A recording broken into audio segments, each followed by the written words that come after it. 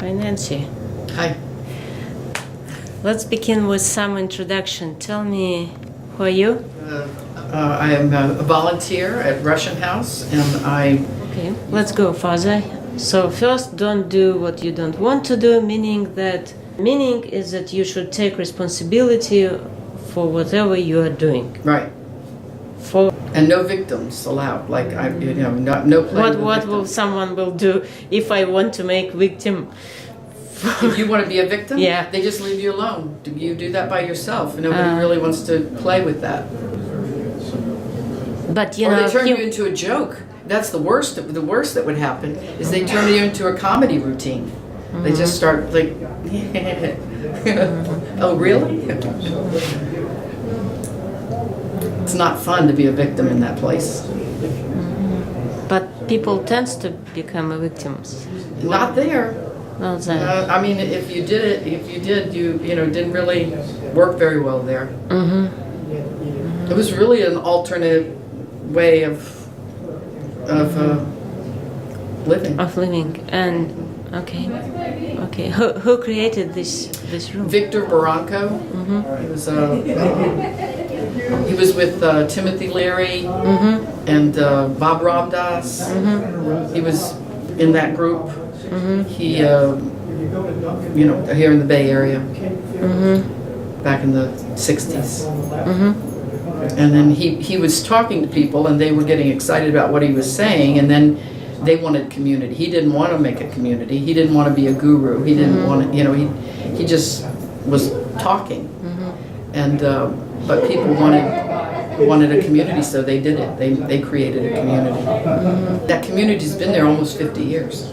It was a first principle: don't do what you don't want to do, or like. Well, the it first was one I think is fun is the goal, love is the way.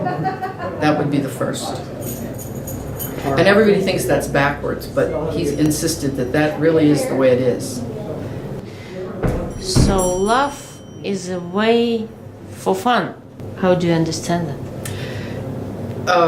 When I'm in love, and I'm feeling love and all that is, then I'm having fun. But not necessarily. Like if love is the goal, then I could be like, oh, that's not their philosophy. Their philosophy is fun is the goal and love is the way. But it's not about like all that drama around love. It's like if you have fun as the goal, then you're going to keep going for fun. And then having love as the way just reminds you that's how you're going to have the most fun, is if you're loving and you're including everybody. And another thing was about responsible hedonism. In other words, hedonism's fine, but responsible hedonism, to not, you take responsibility that you can't be winning if I'm not winning. Nobody's going to have fun if everybody isn't having fun. You can't have a disgruntled minority and have it work.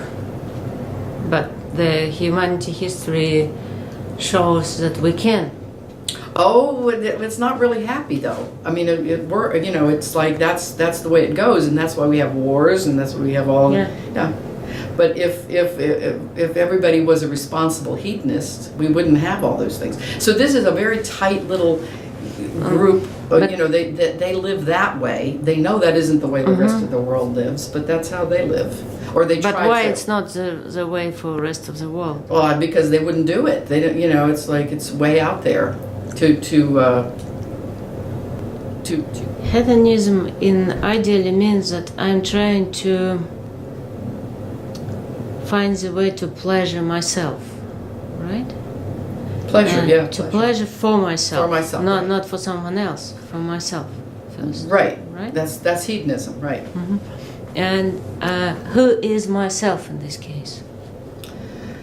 Well, that's another reason I left the community. Is it seemed to me that myself was a very shallow self that they were talking about. Not necessarily what Vic intended, and not necessarily what everybody does, but they lived with Vic all those years, and he put them through a lot of gyrations. You know, like they had to, like he would have, you know, call a meeting in the middle of the night. They'd have to get up and go to the meeting. He'd change everybody's room. Change your room right now, like, you know, move, and or, you know, just all kinds of things that he would do, like that would shake them up. And if they don't want to change the room, well, then they have to leave. they have to leave. Yeah, because he was in charge. I mean, they don't do this now. I mean, he's dead. Yeah, I understand. But he did. He whatever he said, they did it, and that went on for the whole time he was alive. Because they trusted him. Because I met him several times, and he was the most loving person. I had never felt that kind of attention in my life, and everybody who had encounters with him felt the same thing. You just knew that he totally loved you, and but he was rough. He was very rough, and you know, you just spend half the time sort of like deer in headlights, but the love was always there. So they knew that. So then they would do what he said to do. For what? They knew he loved them. Right. Yeah, so then they for would. what they would do that? Because he gave them a better life than they could ever have on their own. That by the things that he forced them to do stuff they would never do. They wouldn't have pushed themselves to get as big as they got with him. And why Victor didn't come to Atlanta too? oh, he didn't have any interest in any communal living at all. He just did it because other people. He wasn't trying to support or encourage any communal living. Include the community in self. Well, he did, but it just wasn't. He wasn't like devoted to it. You know, they were devoted to him. They wanted to live with him. He would just as soon have lived alone. You know, with his wife. He didn't really care about living in a group. He agreed to do it because they wanted to do it. And he made it work for him by having a lot of you know, things. Had made sure things went his way. But other than that, you know, he never tried to establish or maintain a relationship, you know, a community. He just would say, "This is what I see," and you know, this is, and he was right. You know, he was just one of those incredibly aware humans that he could see what was going on. Okay, when you speak about him, you said that he was loving. So you appreciate not the fun, which he even gave you, well, it was, but the love. There was at times when it felt no fun at all to be in his presence. He would say things that would just shock you. But then if you could get over the hex and feeling crazy, it would start to be fun again. You could see yourself in a new way. Okay, but what's even from your talk, the love was more values than fun, isn't it?